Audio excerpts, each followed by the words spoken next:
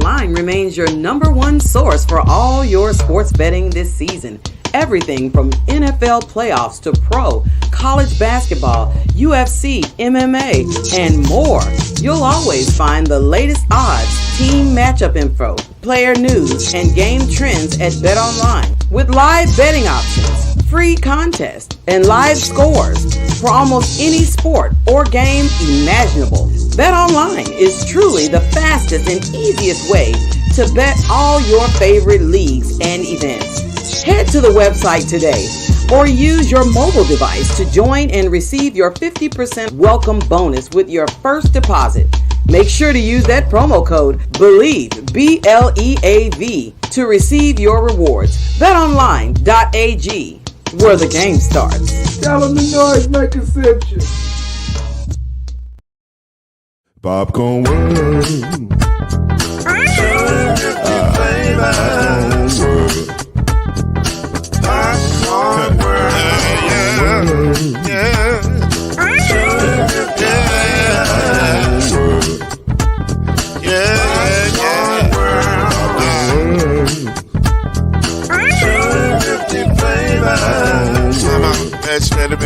Popcorn World.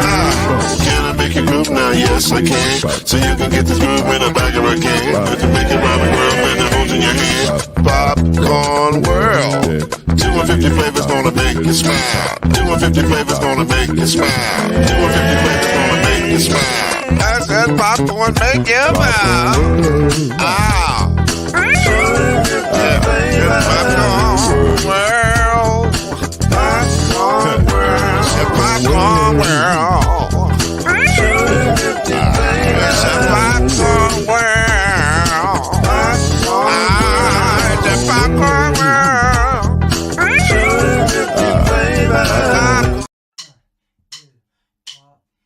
You're now listening to BLEAV in the ACC with Heisman Trophy winner and Florida State legend, Mr.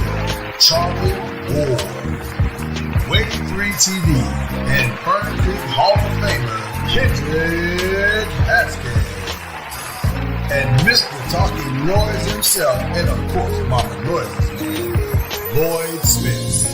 And now, it's time for BLEAV in the ACC.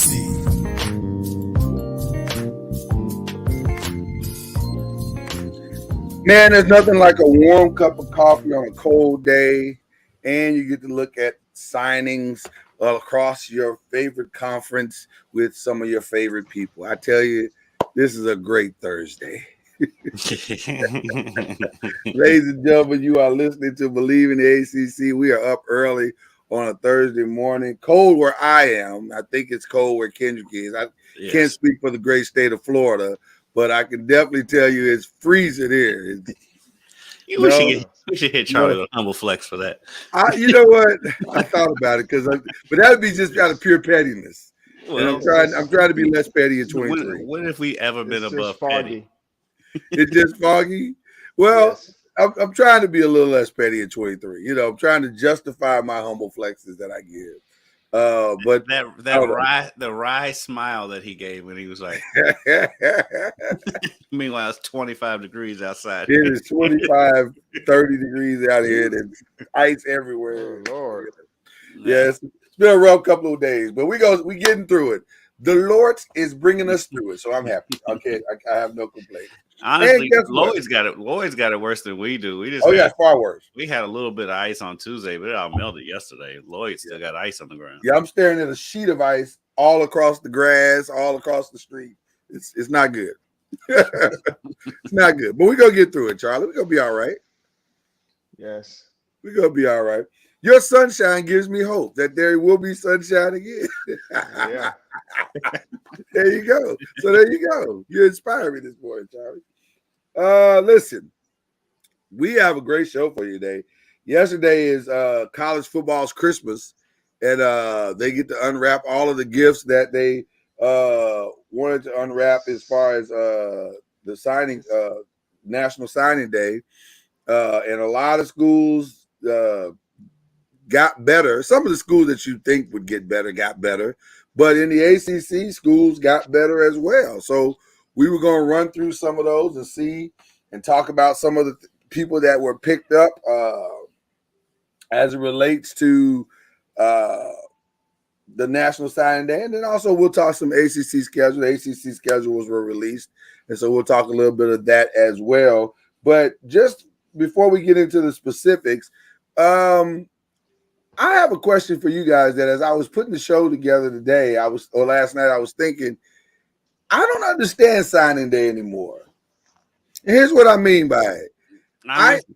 I don't know what a 5-star is anymore. I don't know what a 4-star is anymore. I don't know who's good or who isn't good.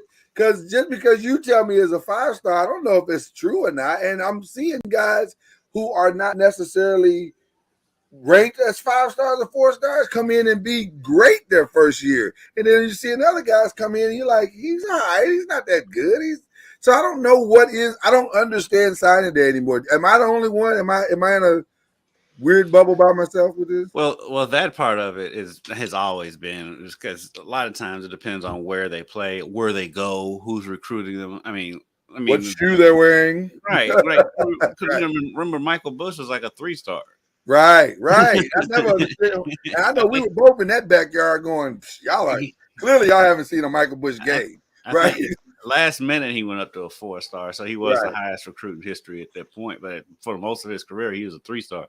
But yeah, a lot of that stuff is political. The one I don't understand is National Signing Day.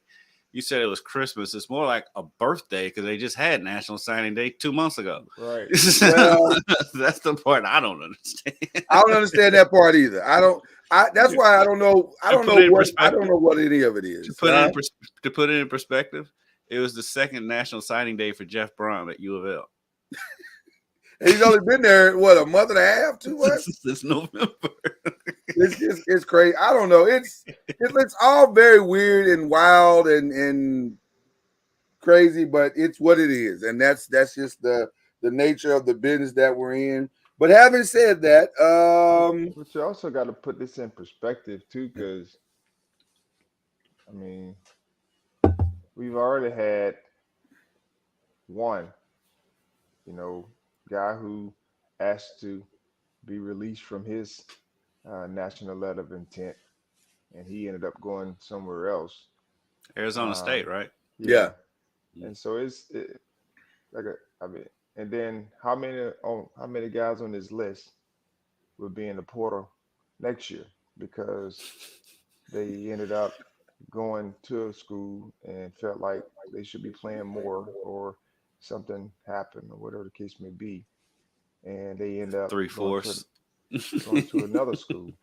So that's why, man, I mean, it is what it is. Depending upon this day, it's like, you unwrap open a letter, and you never know what's on the page because somebody never showed up or they never improved or whatever the case may be. And it's like you get an envelope and it's either a check or a bill. Yeah. Well, maybe they should rename it National Signing Day for now. Right. Because what is written on invisible ink.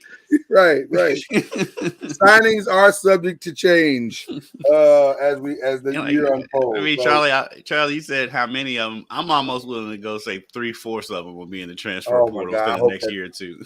I hope that's not true. I hope that's conjecture more than anything. When you start talking about high school kids, I mean, you never know because they're so up in the air about a lot of things and emotional when it comes. Well, Charlie, to your point and to Kendrick's point, if we keep reneging on $13 million NIL deals, it's going to be a lot. It's going to be a lot of kids who are not going to be happy because they were promised one thing and then that wasn't delivered to them. So, I think you're going to see a lot of that.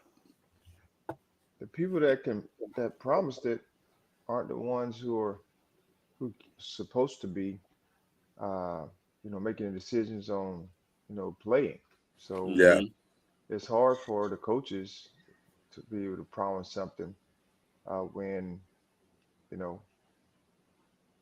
th- they're not supposed to be in doing any NIL deals. Yeah. Right. Can I ask a coach a question? Coach Junior, Coach Charlie Ward. What do you tell your player? I'm just very curious. This just hit me while we were talking.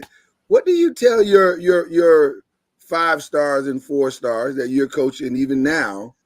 How do you tell them how to manage this? Or do you even get involved at all? I don't get involved with them unless they ask me, and that hadn't happened. But what we work to help our guys understand is, about commitment, and, we haven't had, we've had a few 4 stars, a few meaning two, but we've had some Hey, some guys that have gone on to college. But it's not even about going to college. It's about, you know, if you're going to be committed to something, don't, be committed to it.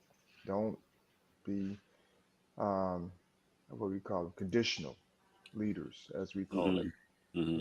Hmm. Based upon conditions, this is what I'm gonna lead. But be unconditional. Say I'm going to this school, and the highs and lows, I'm be willing to stick it out, I'm gonna because compete. there Yeah, has to yeah, be, now whether they do it or not, that's on them. But yeah. that's what we coach them up on.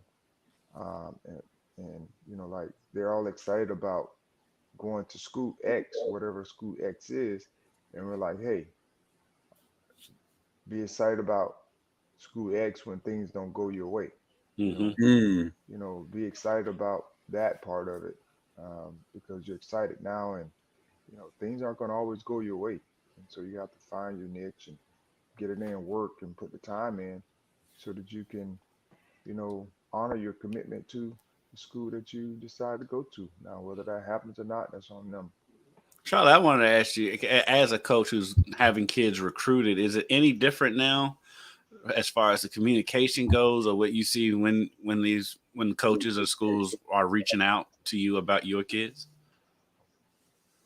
Now, we're fortunate that the coaches, coach come through the high school ranks. I'm sure they talk to AAU coaches as well, but for the most part, all the guys we've had, unfortunately, minus one, um, which was, like, I still hadn't talked to the head coach, Mm. which is Mm. crazy. But I've talked to the assistants. But even during the recruiting process, um, I didn't get one call from a coach. They did probably, I think they talked to our assistant coach. Mm. But I'm not tripping on that, but it was just different. But Mm. I have talked to head coaches when they're interested in our players, and some were working to help our guys. So I call them, or the assistant, just to touch bases to try to help our guys get seen. But it depends, Mm. on the school, I think. This is an interesting time we're living in because it makes you wonder: Are we should we be talking to the AAU coach, or should we be talking to the head coach? And who is the better evaluator of talent? Typically what I have my experiences with it all has been the AAU coach is not necessarily a great evaluator of talent. He just has talent. He's got a talented team because his roster is made up of the best in that city or that region or that area or whatever. And there are a lot of talented kids, but that doesn't mean he knows, the game of basketball. Or is necessarily developing that talent. Or is developing that team at all. They're just Mm. winning a lot of games because they're more athletic or whatever than most of the teams that they're playing against. Whereas the coach is the guy that's kind of doing the work and making that player better. So you would think another coach or a college coach would want to talk to the guy that's truly developing that player. But according to what you're saying, it doesn't sound like that's necessarily the case. Yeah, it's, like I said, it's a mix, and I think the good coaches talk to both, because you want to get all aspects of the kid, and the AAU coach may only be there for you know a certain portion of his time, Mhm. and the head coach is there as well for a certain period of time and knows the guys and his families and his family and all those types of things. So I think it's wise for coaches to talk to everyone. Very similar to the draft process. Mhm. When we had kids get drafted or going in the NFL, uh, they called the high school coach, even though they're getting ready to go into the NFL, but they want to know how they were in high school. And so I think that's what good quality people do to find Yeah, out, what's going on. Yeah, you get the yeah, whole they land. reach out to high school teachers and everything. Right. Yeah, 'Cause I yeah. remember when I was in high school, was a guy that had come through our high school. He was ahead of me. His name was Juan Hammond. He went to Michigan State. I forgot where he got drafted to, but I Juan remember, Hammond. yeah, and I remember my algebra teacher, who was still one of my favorite people on earth to this day. He was telling us about, like, he's like, yeah, NFL scout reached out to me asking me about Juan. I was like, Juan, Fun fact. 4 years Fun fact. ago. Fun fact. Juan was my next door neighbor. Oh yeah.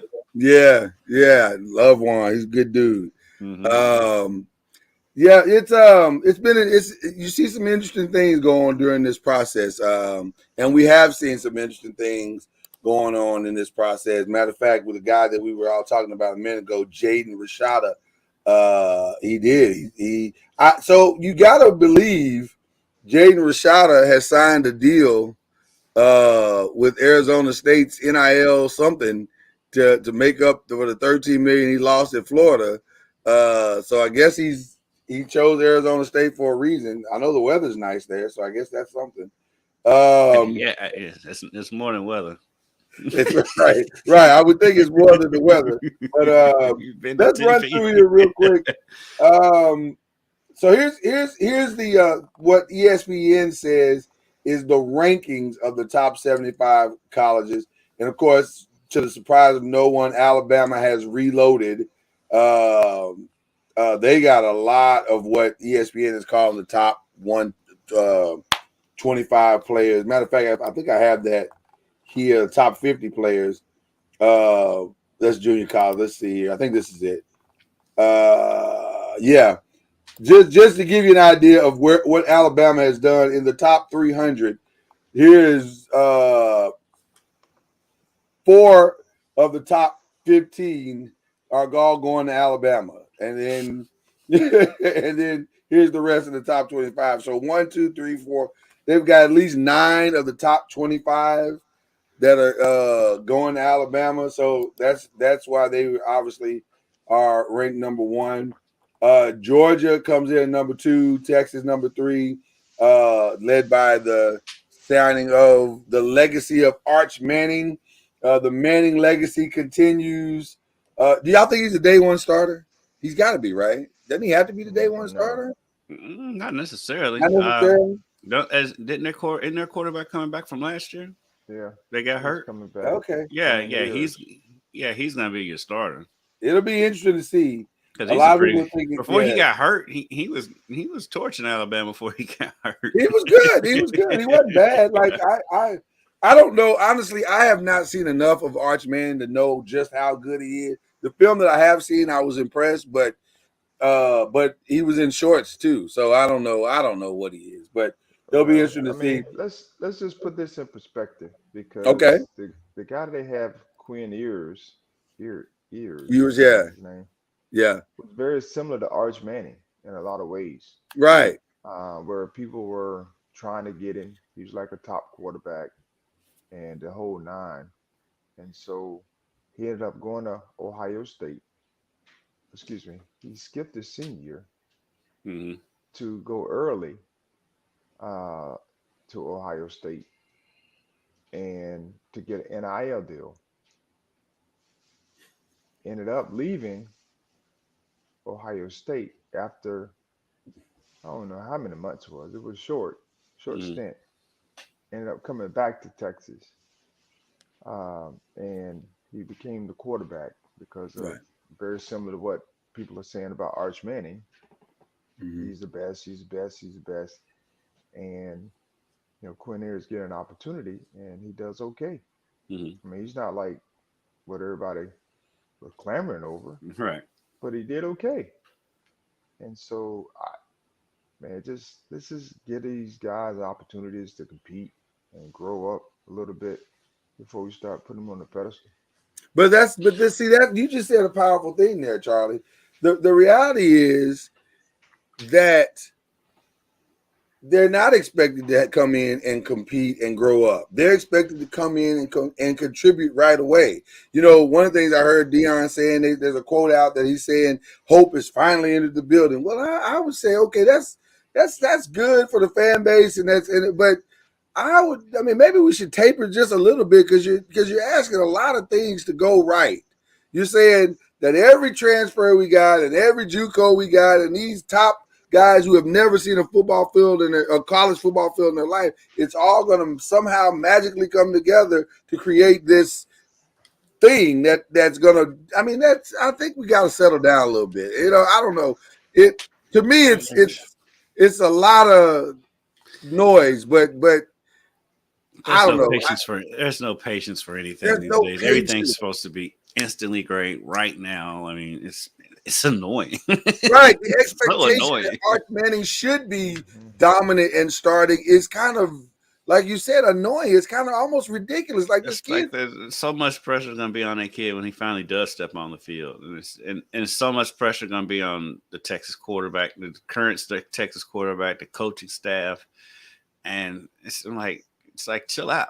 How Let about this kid this? grow up. Let him learn the system. How about this? How about this, guys? In the last 15 to 20 years, how many true freshmen have come into their freshman year and been great their freshman year? See, our pause tells us everything, huh? Bryce at Alabama, Bryce Young, maybe.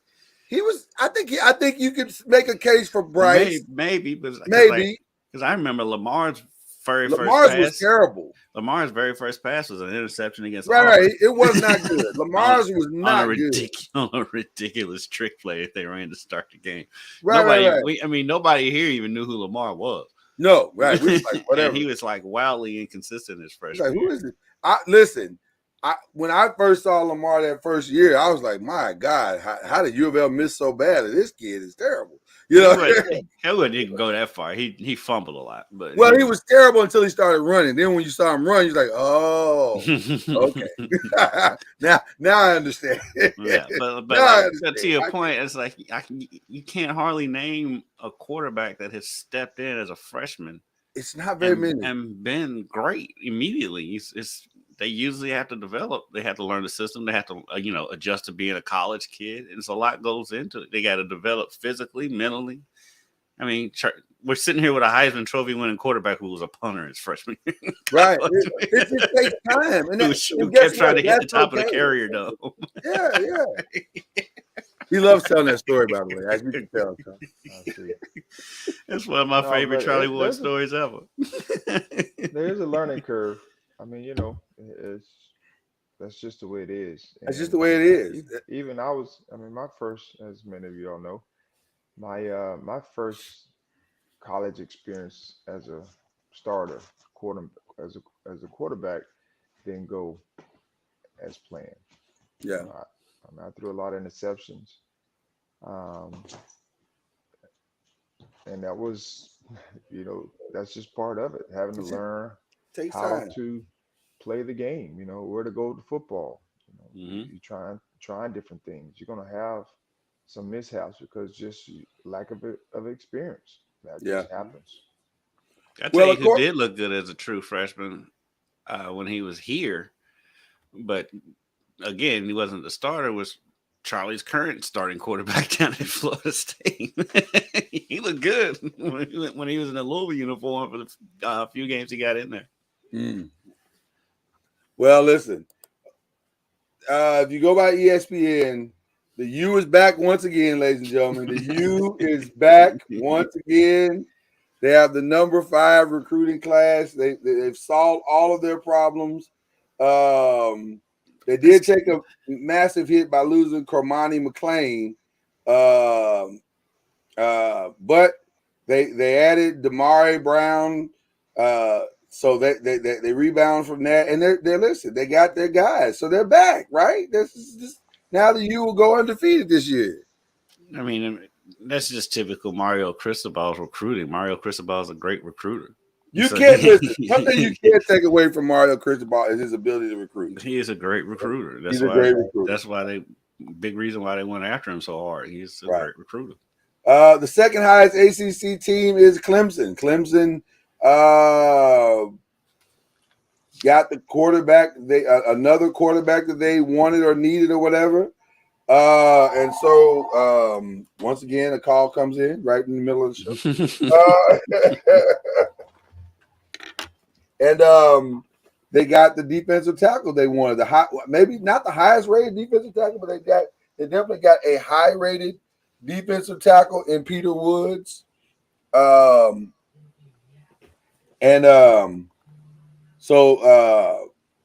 I guess I don't think we'll have a quarterback battle per se in Cade Klubnik and Christopher Vincina. But you never know. I mean, you never know. I don't know how good this Christopher Vincina kid is. They're saying he's got a strong arm and he's accurate and he's poised and blah, blah, blah, blah, blah. But I just don't believe freshmen come in and do that. Like, you know. Good. Well, if memory serves correct, and Charlie helped me out with this, wasn't there a point in the season when a certain person on this show thought a freshman was going to come in and take the starting quarterback job? A freshman came in and did take the court. I was right. I wasn't wrong. He was only just my 11 timing. Games. My timing was wrong, but eventually it happened. He was 11 games early. No, he got in earlier than that. He got in earlier than that. Starter. Well, he didn't start to the bowl game. So that was a slight delay, okay? But nonetheless, interesting because once they get on campus, of course, everyone has a plan to get them developed and those types of things. And when you have talent, you got to have the right chemistry as well. Right. And so you start talking about Miami, and they've doing a good job recruiting. And it was Coach Cristobal's first year. A lot of people thought he was going to be a miracle worker in his first year. Yeah. Which, I mean, that normally doesn't happen, especially when you're trying to come in and revamp the culture and the mindset, of the team. And I mean, he had guys that just weren't going to compete the way he wanted them to compete. And he said that during the course of the season. If you heard him, you listened to him enough, that he was going to, there were some guys that needed to move. I think Cujo just attacked Charlie. I think the dog agreed. I think the dog is on board with what you're saying this morning. Yeah. It's just that whole deal, where you got to develop the guys that you have, and they have to be the right fit for what you're trying to get accomplished. But then again, it comes down to if you have a quarterback or not. I mean, yep. And plus, Florida State. Miami's just funny to make fun of because every year they're back. They're back. They're always like back. Everybody on this show understands it's going to take more than 1 year of the coach walking in for them to be back. But they're back every year. They're back every year, and it's glorious. Let me just tell you, it's glorious. Charlie, your Seminoles come in at ranked number 18th on the ESPN Top 75. Are you happy with the haul that they got? Hakeem Williams seems to be the star of this class, or the highest ranked of this class on the offensive side of the ball, and Blake Nicholson, the linebacker, seems to be the defensive star. Do you like what they did? You're talking about from the high school ranks. So yes, those two guys, from what I hear, are pretty good. Okay. Legit, in the sense of just good playmakers. Of course, they're both young, Hakeem was a 5-star receiver who will probably, you know, he may get some burn if things work out, but that it has a lot of depth coming back the wide receiver spot, which is a good deal. It was a good thing because you want to have a mix, and that mix meaning you want to have more veteran guys than young guys playing, so that the veterans can help Right. teach the young guys. And if the young guy has some talent, he'll get a few snaps here and there.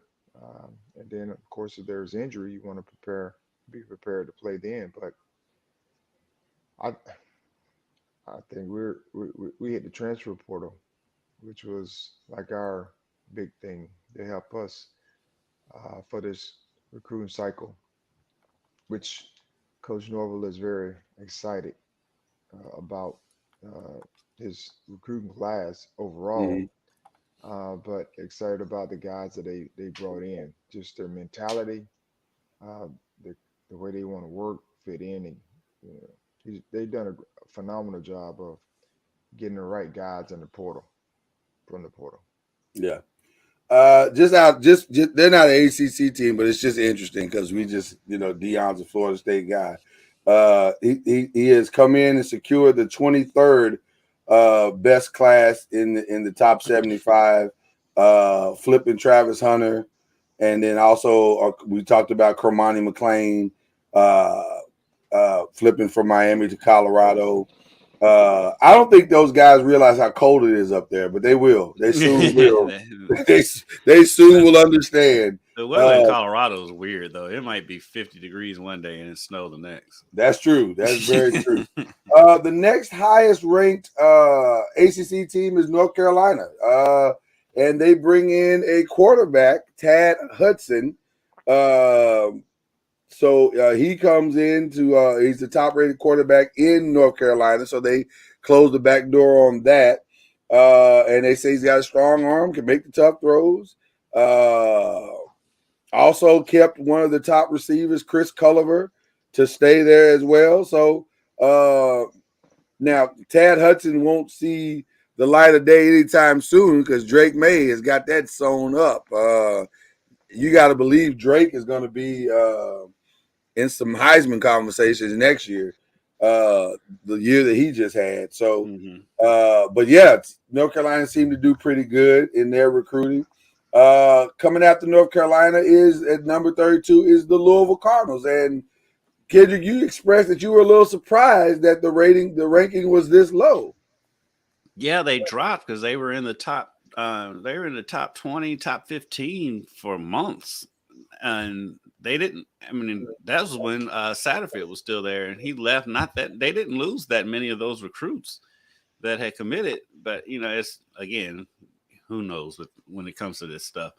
But they're happy with what they got. They did add another offensive lineman and another dude. Actually, they got a commit from a local defensive lineman at like 6:30 yesterday, our time.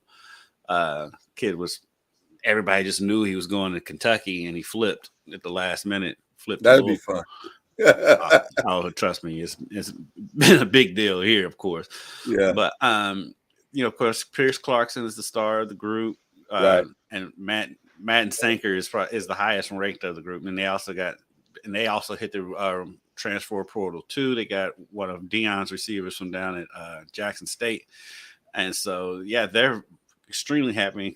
And then this Micah Carter kid, he's another one who somehow is a 3-star.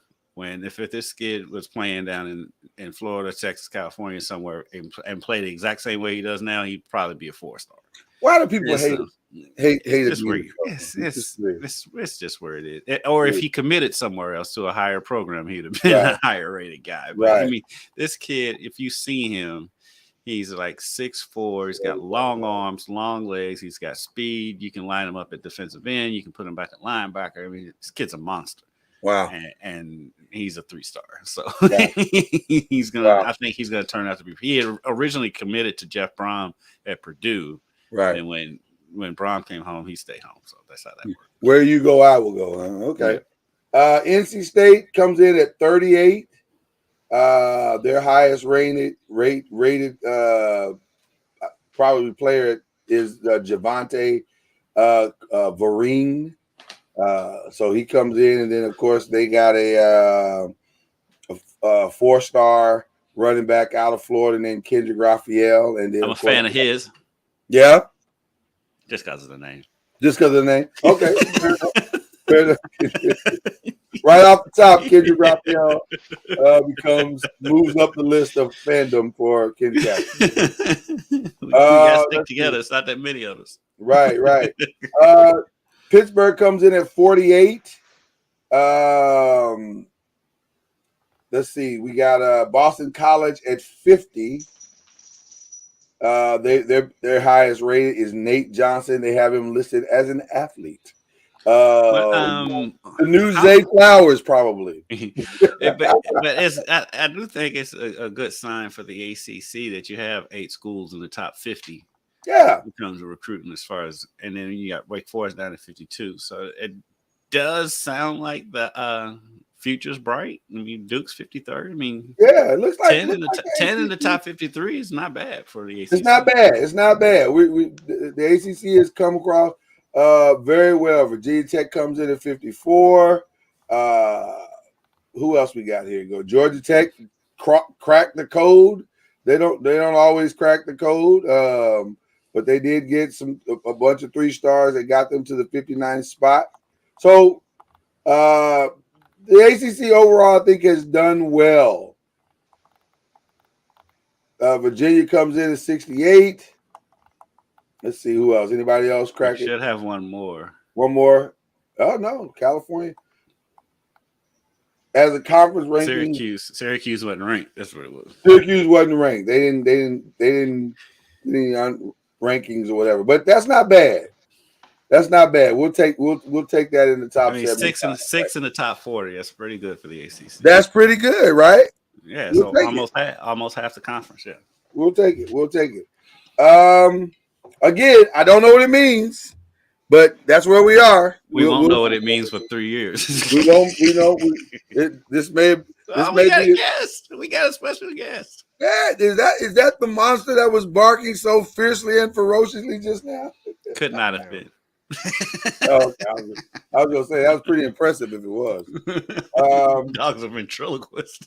I was like, God, he's got a voice like a lion. That's incredible. Our special guest Whitney today. Shout out to you, sir. No, this is Lily. Oh, that's Lily. That's okay, Lily. Yeah, that's Lily. That looks more like a Lily. That doesn't like a Whitney. Whitney looks like a monster. Okay. The other thing that came out this week was the ACC schedule. And so we get a chance to see what the new year looks like for everybody. And this matrix board is a little convoluted, so we went ahead and kind of create our own little thing. Clemson, they come out the gate with Duke. That's actually a pretty. They've got a solid schedule. They've got a solid schedule. You look at it. They come out with Duke, then they got 3 straight road games with highlighted it with that September 23rd game. Right. That's the game that game early on may decide. That's a huge game. That's a huge game. I'm surprised the ACC scheduled that game that early. I mean, because that could decide it. That could decide that division. That could decide that division right off the top, and everything else is anticlimactic. There are no divisions this year. That's right. That's right. We've done away with that. But still, it's surprising they scheduled that game that early. That's a massive game, though. That is a massive game. I've got a feeling that's going to be a primetime game on that Saturday. Well, you know what the irony is, last year Clemson got all the road love. I mean, home love. Remember, this past season they got all the home love. This year, not so much, because they got Florida State away, Notre Dame away, North Carolina away. That's going to be a tough. Wake Forest, if they can survive the Sam Hartman departure away. So they got 7 home games on the road. They did last year. They only have 5 home games, right? No. I'm so sorry. We No, that read should it be. wrong. Oh It no, we should read be. it wrong. You read it They wrong. Should did. be They got. away So they did get the love Yeah, again. they only got 4. How is this possible? How do they 5 keep away. getting this schedule? Well, 7 and 5. Yeah, I think most teams get 7 home games. Yeah, We but got they getting 5 their home toughest games at home. That's just Yeah, the way we the played schedule worked because out. we played them here this Yeah, they last played year. them. Yeah, All right, at Miami should be fun. that will be fun. That will be fun.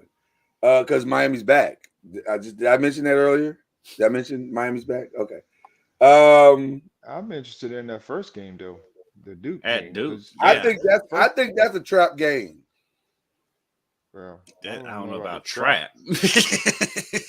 Well, I would say playing Duke the first game with the new quarterback, even though he had one game under his belt, it's tricky because Yeah. Duke is, And that's a that Monday first game too. Yeah, those first games can go either way because you never Yeah. know how you're gonna come out, especially if you're playing a competitive team. I mean, Well, it's going to be speaking of- rocking at Duke that night. It's a Monday It is. night game. That's a Labor Day. Oh, that's gonna be huge. That's gonna be a big one. Well, speaking of the first game coming out the gate challenging, our guy Drake is coming out with views from the 6. You can have to old school. South Carolina. You can have to old school take your phone off the hook. I literally just did that. I literally just took it off the hook. We're gonna get This is not cool, man. Coming out the gate with South Carolina, that could be interesting. That'll be a The tough Six game. Rattlers stayed. South Carolina made some. They opened some eyes last year. I mean, they got that big win in Kentucky last year. I mean, that's gonna be a huge game to open the season They for got both the of them. quarterback back. Yeah, Spencer stayed. Rattler. So that's an interesting. Let's see what else they got going here. They got App State won't be App easy. State.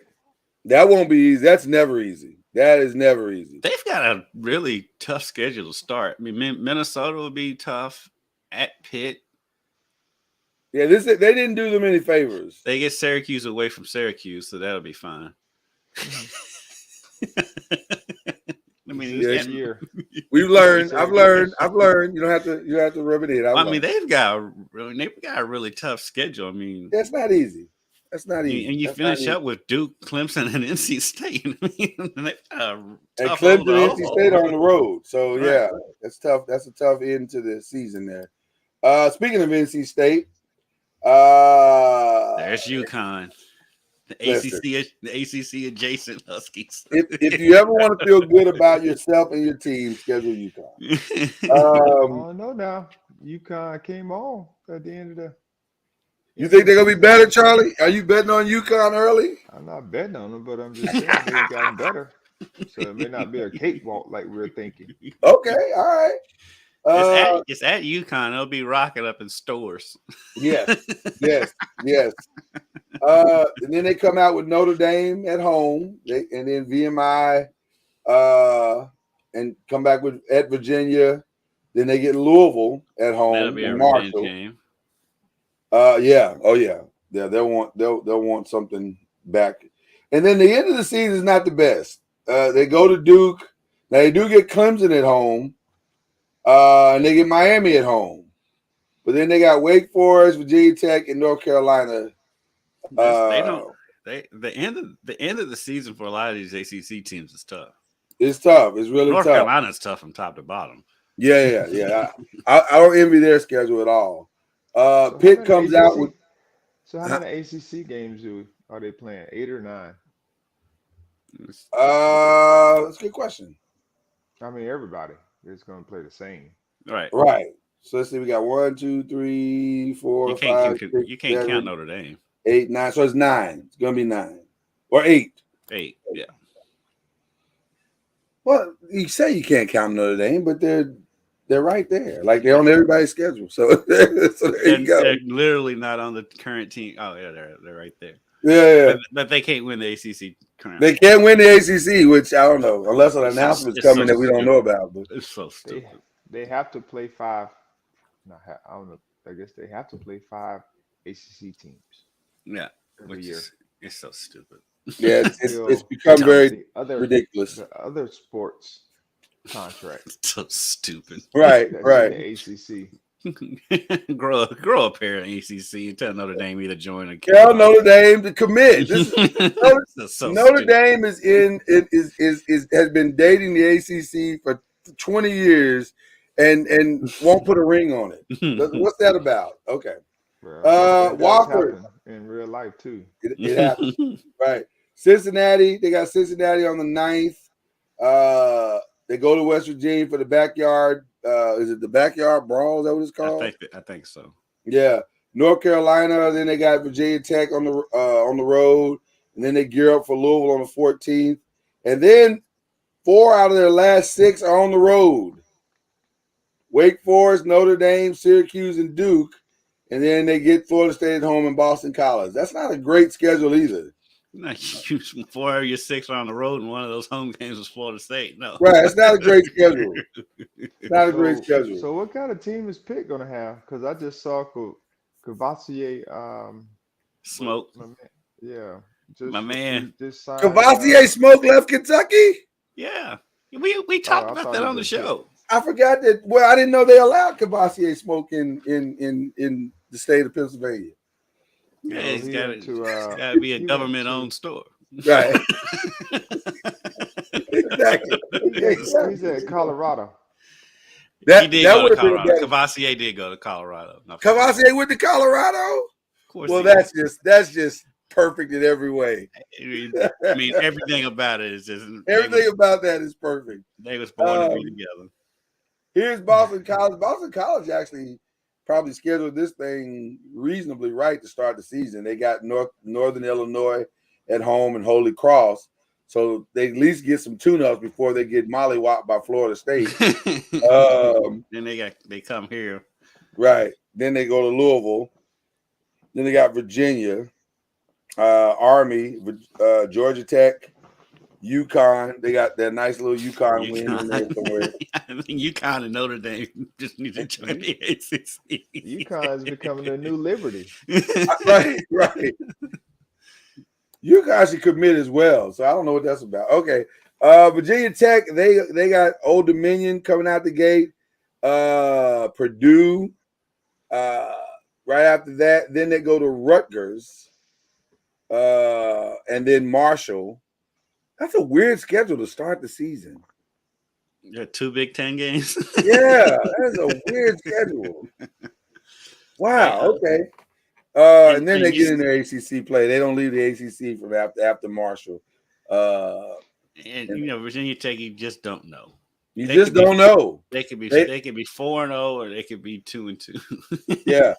And once again, Virginia Tech has their toughest games on the road. Florida State, Louisville, Virginia. Yeah, I mean that's So they're going to be. If I'm correct, and I could be wrong, but I think this is the first time Louisville and Virginia Tech have played since Louisville joined the ACC. At least I can't remember a game when they played. I don't remember them playing either. They played in the bowl game, but that was pre-ACC. So I think this might be the first time. This might be their first time coming together. Wow, okay. Virginia. They're like, we're not ducking anybody. We're coming right out the gate for the Tennessee loss. Right out the gate. I think I can safely say this is not going to go well on the second of it's gonna be a lot of orange in Nashville. Oh my God. Why y'all hating on Virginia? Not hate, Charlie, as much as a reality check is what I'm trying to give Virginia. Tennessee's pretty good at football. They're good at football.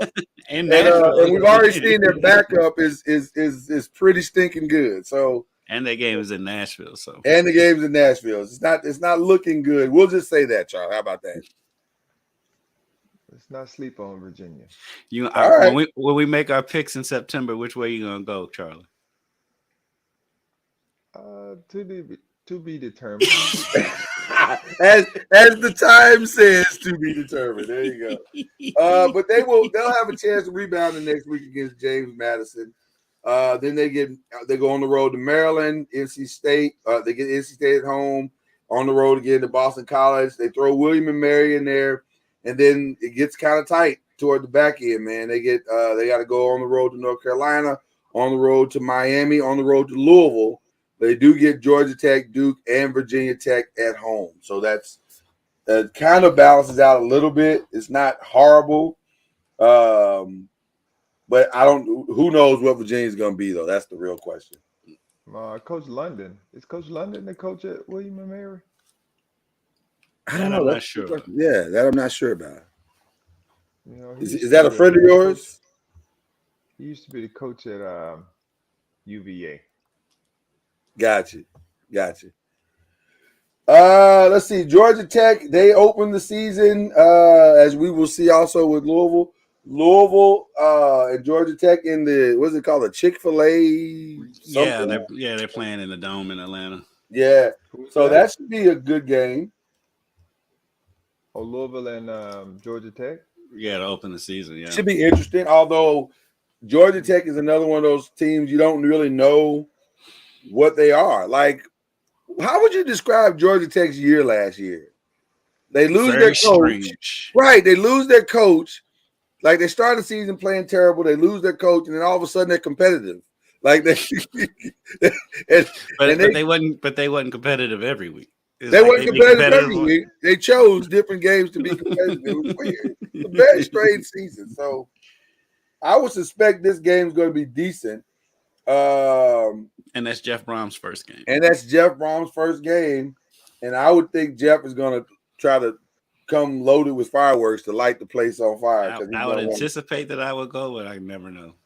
Yeah, well, I would think you're going to be in the house. I think this is a better matchup than the one they had last year. I agree. Georgia Tech. Agree wholeheartedly. Yeah. So Georgia, they opened a season with Louisville in a neutral. I guess you can, this as neutral as you can get for first game. Then NC State and Ole Miss. That's a tough start. That's a tough start for them. Then they come back with Wake Forest. 4 straight tough games. Yeah, BG. I'm not sure. Bowling Green. That's Bowling Green. Okay, Bowling Green. So that's not going to be an easy game either. Right. That's not a gimme. Miami. Then they go to Boston College. Boston College, I guess, is at home. Yeah. Along with North Carolina. They go on the road to Virginia. They go on the road to Clemson. They got Syracuse at home, and then they end with Georgia, but I'm not sure that matters. Yeah, their schedule is, there's a lot of tough schedules in the ACC. Yeah, it's not good. Not the best schedule. The Hurricanes, who are back. I did want to remind you guys, they are back. I guess that's Miami of Ohio? I think it's Miami of Ohio. Yeah, I guess it's in Miami, Ohio. They opened the season with, followed by Texas A&M at home. Those are both at home. Followed by Bethune-Cookman without Ed Reed. Did you see his post? I'm just asking. His latest one? I haven't seen. I haven't kept up with it. Latest post with him serving some of the players at the dinner that he had for the recruits. Serving Bethune-Cookman players? Yeah, when he was there. Oh, when he was there. Gotcha. Okay. Why is he showing that now, though? Like, I don't understand what. Because it was National Signing Day. Oh, so he was just saying, "I miss you guys." Some of the guys that were on the recruit that were on the trip, he was just congratulating them on. Oh, he's a sweetheart. That Ed Reed is a sweetheart. Man, y'all give my man some love. I'm giving Ed love. I'm giving Ed all the love. All the love. He had the right heart. He did. He had the right motive behind how he did it. Yeah, but I think his heart was in the right place. Miami, he's not business savvy. No, he got to work on that part of his coaching. They got Temple on the road, then they get a bye, then they go home to Georgia Tech, on the road to North Carolina. They get, as we said earlier, Clemson at home, Virginia at home, and then the last 3 out of the last 4 are on the road with NC State, Florida State, They get Louisville at home, and then they end the season with Boston College. I think they played Louisville at home like 3 straight times. I know it's at least 2 straight that they played in Miami. Are they sending a message, clear message that they're never going to Louisville again? Is that what's going on? They don't have any control of what is this? So Wake Forest decided to get real creative. I personally think this is one of the most ridiculous. I mean, Louisville is goofy too, but this is just ridiculous. But I wrote down the who is what? Well, I cracked the code. I wrote down the cracking of the code. So they opened the season against like Elon. A ransom note by a child. It does seem like some bizarre. I don't know what this is, but anyway, they opened the season with Elon. So I'm assuming that's the Elon Eagles or Elon Vultures. Not sure what they are, but Elon is the name of the school. Huh? Is that a school? Elon Musk. Elon Musk University. No, because then the logo would be a Tesla. Right. or his face. Or a rocket ship. It could be a rocket ship. Then their second game is against Vanderbilt, which I don't know why. Well, but Vanderbilt does have that anchor thing. It seems like he would make it black instead of blue. Right, not blue. The blue is what threw me though. Mm-hmm. Old Dominion is the third game of the season, followed by Georgia Tech. That's the only one I can recognize without thinking about it. Right. And maybe the Clemson one. And then Clemson. And then you got Virginia Tech, Pittsburgh. Yeah. This is Winston-Salem. Is that a shish kebab? Believe it or not, that's actually supposed to be Florida State. You can't get out of here. That's supposed to be, I guess, a spear. Yes. It looks like a shish kebab. It looks more like a shish kebab. It is not giving good spear vibes. This is because only reason I recognize this is because of where it's at. It's Duke Blue Devils, but the devil is actually purple. Purple. Yeah. This is NC State. And this is Notre Dame, and then of course Syracuse closes things. But this is a horribly designed, probably the worst designed. And you gotta think. I mean, these things go through multiple people and channels. Right. Somebody should have caught this. Why are we doing this?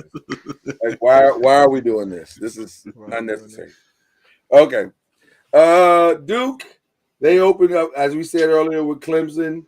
I'm actually excited about that game. I am too. I think it should be a good game. It's going to be a sneaky good game, I think. Lafayette. They get Lafayette. At home as well. They start the first 3 games at home. Clemson, Lafayette, and Northwestern. Will they be the Syracuse of the 2023 season? I have more faith in Duke away from home. Well, I don't know. Their away game is not great. Like they get some tough ones at home, which is good because they get Clemson, Lafayette, Northwestern, Notre Dame, Wake Forest, and Pitt all at home. And NC State, so that's good. But they do have to go on the road to play Florida State, Louisville, North Carolina, and Virginia. So that part on the backside of the season is not the best. But there's a chance they could be what? I mean, they'll be 5-1, 6-1, somewhere. 4-2 to start the season, maybe. Depending on how good they are, depending on how the rebound game goes. I think they'll be 4-2 going into Florida State. Going into Florida State, and then maybe the bottom falls out in the second half of the season. We'll see. So I don't even necessarily say that. Clemson and Notre Dame? Yeah. I would think they're going to lose to Clemson and Notre Dame.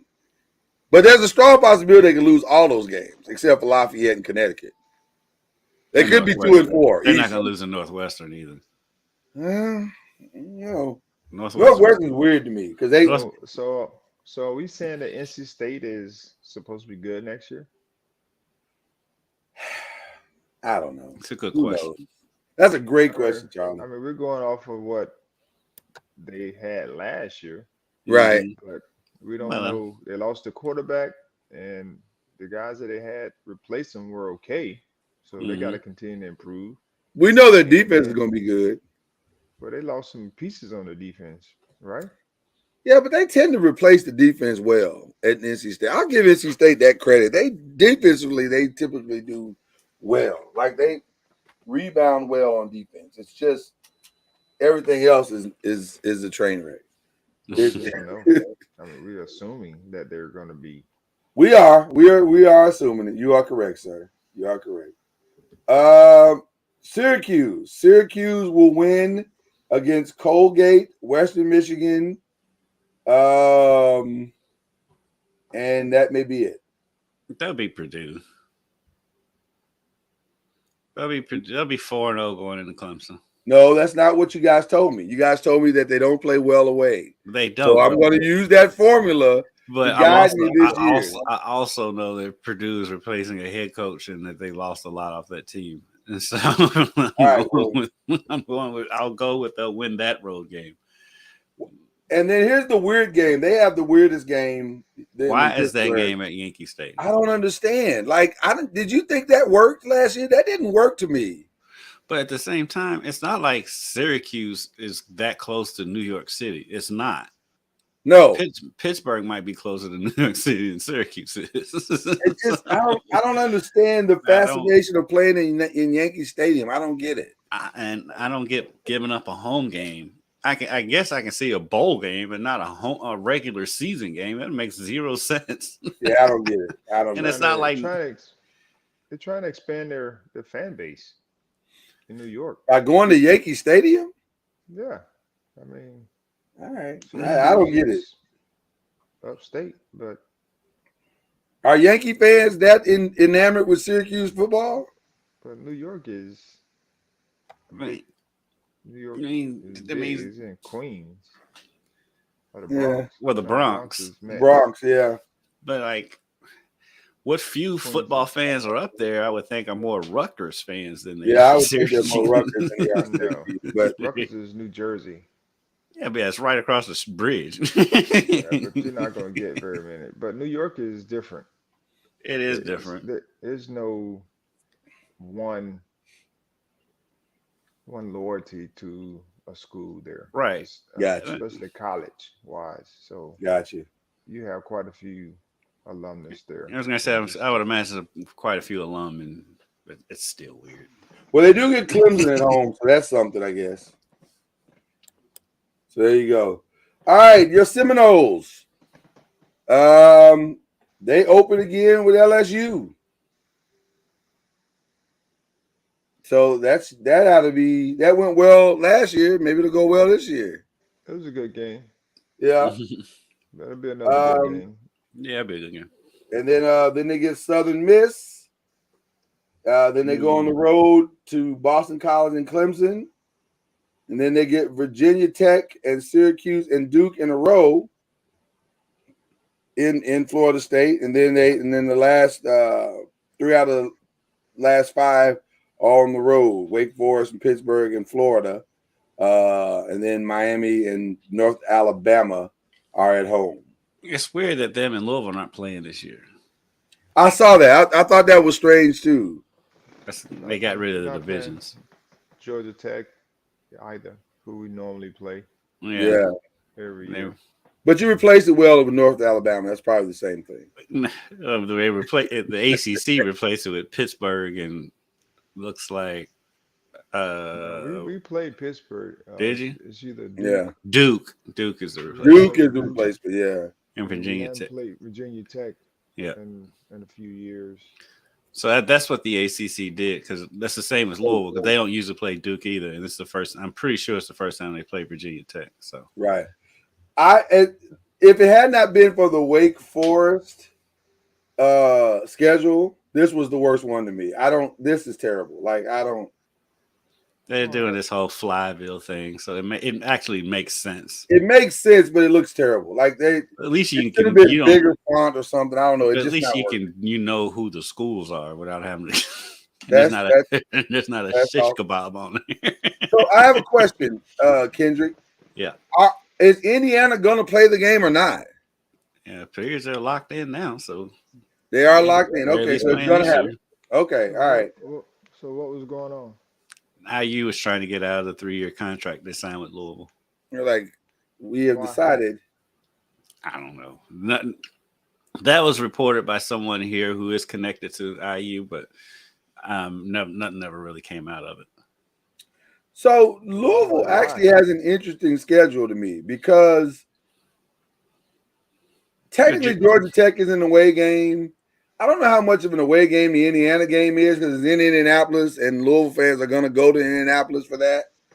So theoretically, they really only have like 4 away games. Like really, I mean, and they only have 1, 2, 3 away games that's at the opponent's actual stadium. Right. So it's actually a really favorable schedule. They've definitely scheduled a bowl game.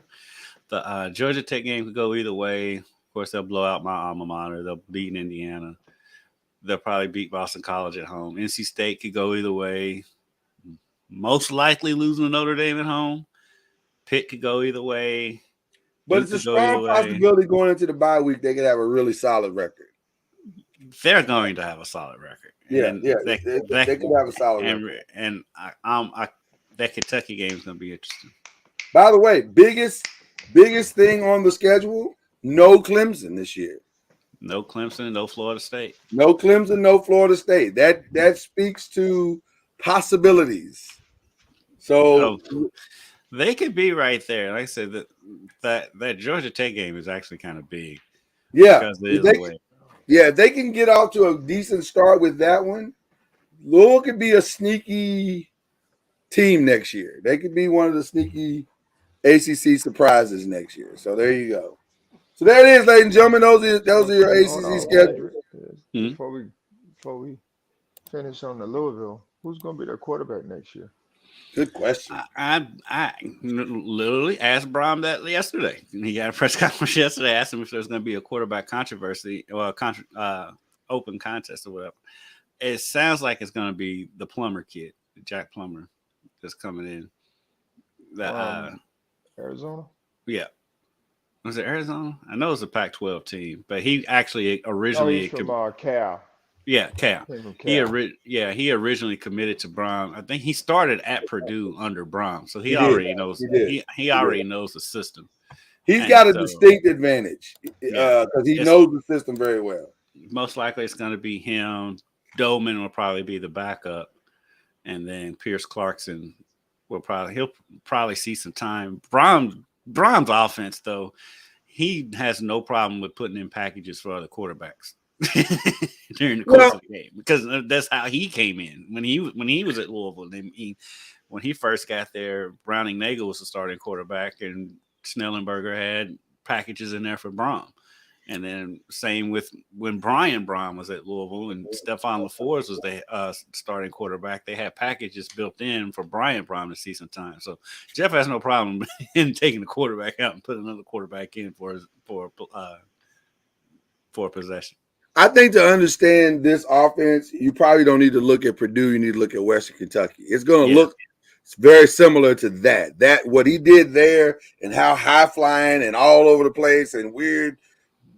Reverse this and RPO that and this, that, and the other. That's what it's going to look like. He just didn't have the people at Purdue. He's going to have the people. And here's the other thing that people don't know. Once people see it, once kids see it, they're going to want to be a part of it. They're going to be like, that's kind of cool. That's kind of interesting little deal you got going on. They'll do crazy stuff.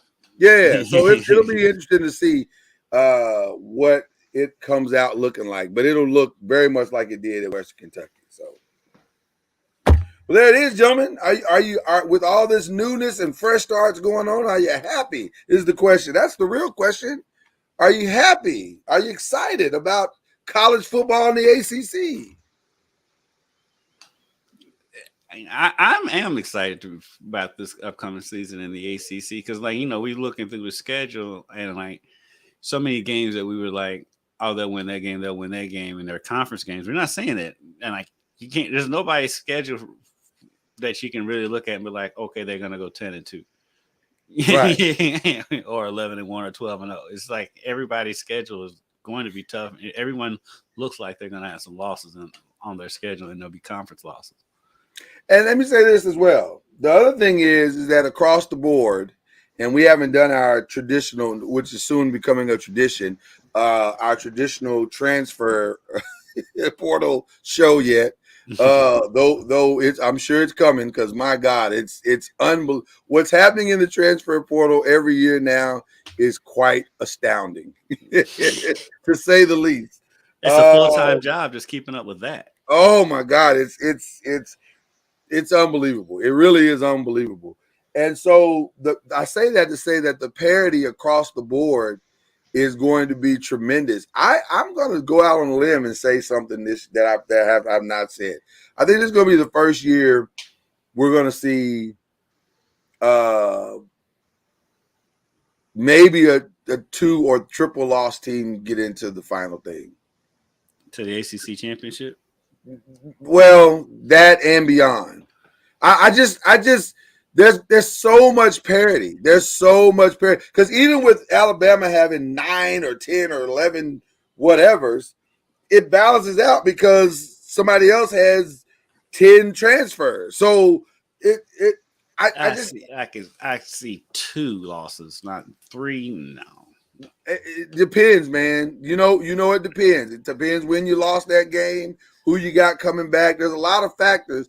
Eventually, we're going to see the 3-loss team get in. It's going to happen. Yeah, because they expanded the field. Well, I'm about because they're going to add 12 teams or whatever it is. But that's what I'm saying. Even with 12, you would think, okay, well, you can't put 3-loss teams in, but you may not have a choice. Because it's the parity is going to be all the way across the board. With 12, yeah, you'll get 3 losses, but like a lot though, like 3 and maybe even 4. Like it's listen. You say that teams that only have 2 to 3 losses at the most. Right. 4-loss Clemson's and Alabama's get in all the time. When has that happened? It's never happened. But I'm just saying. But those are the candidates that get in. If they lose 4 games, they're not going to be in there. They're not going to be in the top 12 if they have 4 losses. Well, why are you in the top 3? Why are you in the top 25 at all if you got 3 losses? Well, when he goes that far, yeah. But I mean, maybe an SEC team has 4 losses, they'd be ranked because I can see that just because, especially when it expands. But outside of that, no. I put nothing. You guys believe in the NCAA way more than I do. I put nothing past the NCAA. Nothing. Anything is possible. I use the Kevin Garnett theory with the NCAA. Anything is possible. But that's not their deal. Right. It's not NCAA is not even. Yeah. It's a totally different organization. So if you want to say they're up in the air or you don't trust them, I can see that as well. Because or not even that, but they're willing to change. Yeah, but even though somebody has to probably hold them, in a room somewhere to get them to think about it, but they are willing to change, even though it took them about 8 years to get to 12 teams. So just get out of there. But it took them a few years to get out of 2. Yeah. It took them a few more years to get them out of 4. Right. It took them 100 years to actually have an actual formula for it instead of just people voting on who the national champion is. People sitting around a bar deciding, hey, man, that was pretty good. The last game is on Saturday, and you don't find out who the champion is until Monday. That was a real thing. That was a real thing. That wasn't make believe. That was a real thing at one point. But when the expansions come, like right around Lloyd, I'm saying no, there's not going to be a 4-loss team. But when the expansions come with the SEC and the Big Ten, it is possible because those conferences are going to be so big and they're so competitive. And when you have Oklahoma, Texas, and Alabama, most likely all going to be in the same side of the conference. I'm just saying anything is possible. But that's still another 2 or 3 years down the road. Right. I agree. I'm just saying college football is a weird place. Yes, it is. And it's not getting any better. So and there's no control over transfers right now. So until that happens, who knows? I did want to bring up one thing real quick because it's very special to our show. Did you see who one of the transfers that University of Louisville got was? No, I haven't. I haven't had a chance to really dive into it like that. One Mr. Allen Houston III. Really? Oh, he ended up going to Louisville? Yes. He plays football? Yeah, he's a receiver. Really? Yes. All that basketball DNA, and he wants to play football? No, he's a football guy. I mean, but that's his interesting. His natural DNA says that his jump is going to be pure. His natural DNA says that. From his granddaddy and his daddy. His natural DNA also says he's going to be a long link, a long receiver. I'm sure he's going to be taller than most DBs. I'm sure he's a phenomenal football player. Yeah. No, he had a good career. He graduated from Brown this year, and so I didn't know he landed on Louisville. Yeah, he landed at Louisville. He committed within the last week. Good. So he's already graduated. He's just trying to grad transfer, finish up strong. He's a grad transfer. I think Sam Hartman playing. 2 more years left. So we got Al the third. That's cool. That's very cool. Al guy. Is that your godson? Just tell the truth. Is that your godson? No. Okay. I knew y'all would love that. I do love that. I do love that. Before we leave, I gotta ask you guys. Sam Hartman, you think he's gonna do great? He'll be fine. I don't even know if he's gonna start. I mean, what's the point of him going if he's not gonna start? What was the point of him going? People are assuming that he's gonna start because of what he did at Wake Forest. I just think the guy that they have there's kind of he's not bad. Well, the guy that played in the bowl game. Mm-hmm. He was hurt. He got hurt at the beginning of the year, and that's the reason why he wasn't playing. And then he came back for the last couple of games when the other quarterback got hurt, and that's the reason why the guy transferred. Well, let me say this. If he doesn't start, that was the most useless transfer of all time. Why? Because what's the point? Like, he could have just stayed where he was. No. He wouldn't have been an Irish. Right, but you got to think about this. He was leaving anyway, regardless of where he was going, correct? Mm. Yeah, so he was leaving. So he was leaving. So it doesn't matter him staying where he was. He was leaving because his time. I mean, he had been there for 10 years. so it's time for him to move on. I mean, it's just time. Sometimes it's just time to go, right? Yeah. And so you need to hear a new voice. I guess 10 years is a long time, Charlie. So when you say it like that. Yeah, he chose to go to a different school. And so to me, if he doesn't start, it was a great pickup for Notre Dame because if the quarterback who starts gets hurt, they got a very quality backup. To be able to, bring you through. So you're not relying on just somebody. I mean, you got a proven person. So I think he's a great pickup for Notre Dame. Okay. Personally. Well, the most disappointing thing about our presentation today was not Sam Hartman's departure, but that this is probably the last time I'm going to be able to say the name DJ Uiagalelei. Like, it's over. I'm sure you can shoehorn it in at some point. I have no reason to shoehorn it. Like Oregon State, that's not going to be. Is that going to be relevant? They'll be decent. They'll probably end up playing one of these teams in the bowl game. The dream is that they play Clemson. That's the dream. Well, that's not going to happen. No, it's not. But I'm saying that's the dream. That DJ would get his revenge. If that happens, something catastrophic happened at Clemson. But shouldn't that be our wish? Like, shouldn't we be like, man? No, we shouldn't want anything catastrophic to happen at Clemson. Okay. The petty in me wants that to happen. I won't lie to you. The petty in me. Remember at the top of the show when somebody was saying they were trying to work on being less petty in 2020? I know. I said I'm working on it. It's a process. It's a process. It's a process. You don't cure petty overnight, kid. All right. Man, sometimes you do. It's called cold turkey. That's how my dad quit smoking 50 years ago. Well, listen. I only eat turkey on Thanksgiving. Okay. Let's do some shout outs real quick, guys. Should we collectively shout out Tom Brady? Is that just like a show shout out? I'm so happy for that man. He is free. He looked free. Listen, that video looked like he was freeing himself from something. I don't know. He did. I'm happy for him too. I hope he can enjoy it though. That's the thing.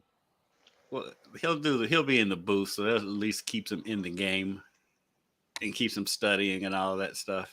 I feel like an analyst Tom Brady is going to be like an angry Tom Brady. Like I feel like he can't not see mistakes and not get frustrated by what he's seeing. I can see that, which I'm excited about. That's going to be great broadcast. I hope we get that. Right. I can't believe he just made that play. I just feel like he's gonna be agitated a lot. Like so many players and coaches too are so like apprehensive against criticizing anything. I don't think he's gonna have any problem with that because they've been there. But it's different though. I think he's gonna be very similar to all of the quarterbacks that are analyzing now. Like is he gonna be more Romo or see him being Romo or more Troy Aikman? They kind of, to me, they're very similar in their approach as far as breaking down stuff. Like they tell us what they're looking for. Because I like Romo because he calls some of the plays, right? And what defenses are looking at. And he breaks it down from a quarterback standpoint. Like this is what I'm looking for. And you can appreciate that, because he kind of helps you, like he helps you understand the game, talk you through some of that, and I think that's something that Tom Brady, I do believe, can bring, to the table. Well, I'll say this: Fox. He's actually going to be at Fox. I was just going to say, they need him. Fox needs him because. No disrespect to Greg Olsen. I enjoyed Greg Olsen, but Greg Olsen is no Troy Aikman. And you saw the massive difference. Well, Troy Aikman's been doing it for 20-something years. No, I agree. I agree 100%. But I think he's good. I think Olsen, actually, I enjoy Olsen. Yeah. No, Olsen was good. Olsen was good. It just wasn't Troy. And you saw the difference. Yeah.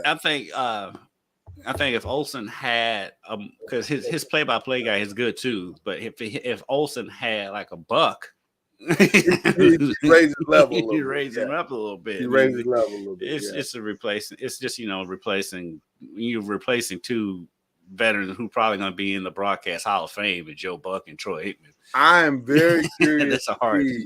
I'm very curious to see who they pair Tom Brady with. That's going to be very interesting. Who I would like to see, even though their personalities would be night and day. Who's that? Gus Johnson. Oh wow! Tom Brady. That would be different. Yeah, it definitely would be different. I think Kevin Harlan would be very good with Brady. I love Kevin Harlan. That's the logical choice. But it'll be interesting to see if they do that, if they go Kevin. I would think they got to put a name in there with Tom Brady. They can't put Joe Schmo in there with Tom Brady. Gus would be fantastic. It would definitely be interesting. He's already in the Fox family anyway. So. That's true. So Kevin Harlan's not. So that's very true. Well, listen, that's Tom Brady. Thank you for the years of entertainment and That man played 23 years. Y'all know that? 23 years. Insane. There's kids that are 23 years old that know nothing in the NFL without Tom They Brady. don't know a world without Tom Brady. They've never seen what football looked like without Tom Brady. So, Do you see the meme yesterday of Dallas putting up a banner saying that they was Tom Brady's last loss or whatever? So we do have that distinction. Yes. there you go. You celebrate life's small victories. It's the small things sometimes. Sometimes it's the small things. Well, anyway, shout out to Tom Brady for hanging up the cleats, as they say. I reached out to Deion Branch, but Deion was out doing kids. He's got kids playing in tournaments all over the place. So got you. But I'm sure he's excited for his buddy. Yeah, to hang it up there. All right. Any other shout outs we got going on here, guys? What are we doing today? We gotta let the champ go first. Absolutely. Doing a shout out for Coach Sue. They just honor her on Sunday. I saw that. What was that? 25 years of service. She's the winningest coach, and this is the first time she's been back to Florida State since she retired last year. So, and the Lady Seminoles beat Duke pretty good. Big win. So we're happy for them. So just a shout out to Coach Sue and all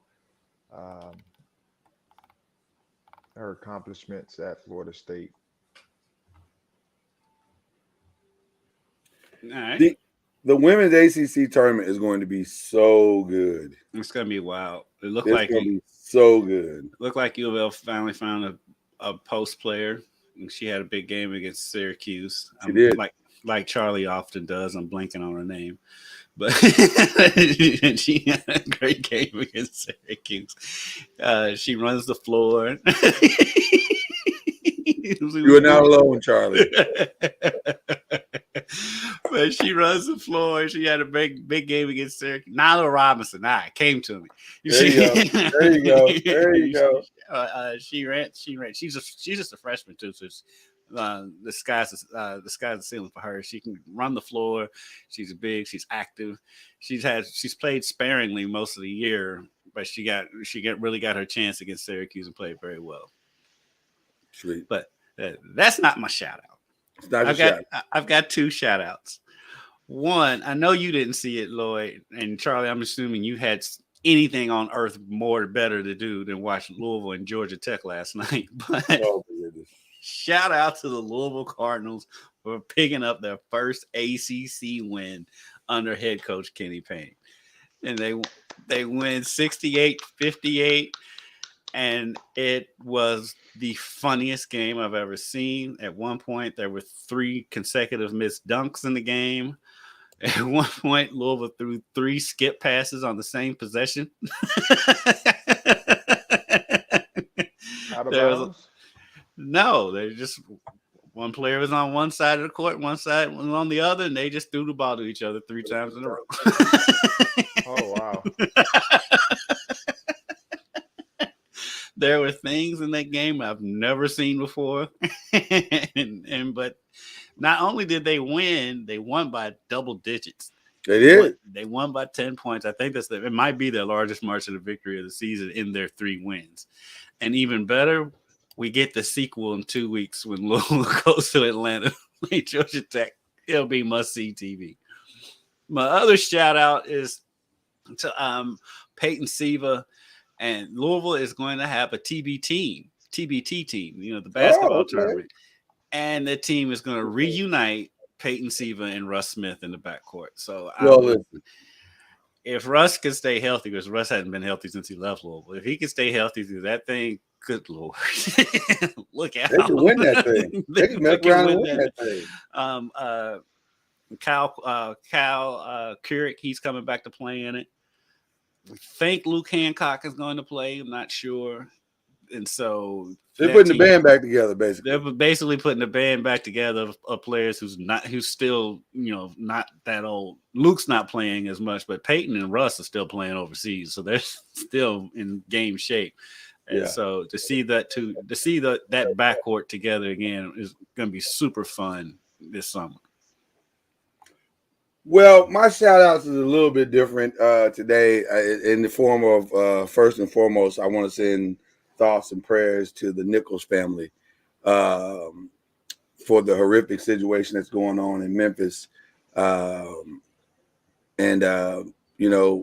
Hopefully justice will prevail and we will see the ship righted there quickly as it relates. And it seems like it is. It seems like they're handling it better than most things have been handled here in the country, to be quite honest with you. So we definitely want to send our thoughts and prayers to that family as they go through a very, very, very tough time there in the city of Memphis, and that whole entire city. Really, just want to send some thoughts and prayers to them. And then my last shout out is to a frat brother, Rand Carthon. The new general manager of the Tennessee Titans. That's not a bad gig if you can get it. Not a bad gig. Right? They're building a new stadium in Nashville. I Nashville's mean, an up and coming city. Yeah, that's awesome. Listen, that's pretty good stuff, man. They built a new stadium? Yeah, they're building man. a new stadium down there. Yeah, it's time. The old one is, old. It's been around. It's been around since the Titans have been there. But they built that stadium for them. Mm-hmm. But the new stadium is basically going across the street, I believe, and I think it's supposed to be a dome. That'd be nice. Nashville's up and coming. Nashville's a nice city. Nashville's a nice city. So shout out to Rand, and then also a dome that has a retractable roof. Probably will be. Probably will be. But it's gonna. I've seen the renderings for it. It's gonna be nice. Yeah, and so I think they're projecting being in that stadium within the next 4 or 5 years. Yeah, it won't be. Yeah, it won't take long. So shout out to Rand, and then shout out to, of course, D'Amico Ryan for getting that gig down at in Houston. Lord, please go with this child. listen. For all practical purposes, shout out to the Texans for taking a chance 3 times in a row. Now they actually gave D'Amico 6 years. Hopefully he'll get to do all 6 years. Please go with D'Amico. He'll be fine. Lord, put your healing hands on D'Amico. He'll be fine, D'Amico. Bless that man with a quarterback, please. Listen, they got the number 2 pick in the draft? But still the Texans. It's still loud. This is also go out there and draft a safety with the number 2 pick in the draft. Yeah, I mean that may be. But, really, Charlie? You're not talking about me being petty. Look at y'all. We just going on past performance. But hopefully, they weren't very far off. They lost a lot of close games this year. Listen, they played hard this year. You had to beat the Texans this year. Yeah, you had to beat the Texans this year. The record doesn't reflect it, but you had to beat them. So I think they're gonna be all right. Hopefully they can keep a black coach though. I mean, they keep firing them. They keep firing them. It's after 1 year, right? With providing them with nothing. I will admit the level of patience with the Texans has not been great, but D'Amico did sign a 3-year deal, so I'm thinking they're gonna let him. And he's one of their own. Yeah. So I think D'Amico's gonna get a chance to I hope so. To go do his thing. So I'm praying for that man. I am too. I really am. I like D'Amico. I think he's a solid him a lot. I like him a lot. Cat. So, all right. So those are my shout outs. We've had a great time. I hope you have too. Hope you've been inspired by what you're about to see in ACC football this year. We will be back because now we're gearing up for the home stretch in basketball. So we'll be back to tell you all about it. 10 games left next week. 10 games. That's it. So it should be a good run to the finish line, guys. So with that being said, that's Kendrick Haskins over there. That's Charlie Ward down there. I'm Lloyd Spence. We'll see you next week. You've been listening to Believe in the ACC with Charlie Ward, Lloyd Spence, and Kendrick Haskins.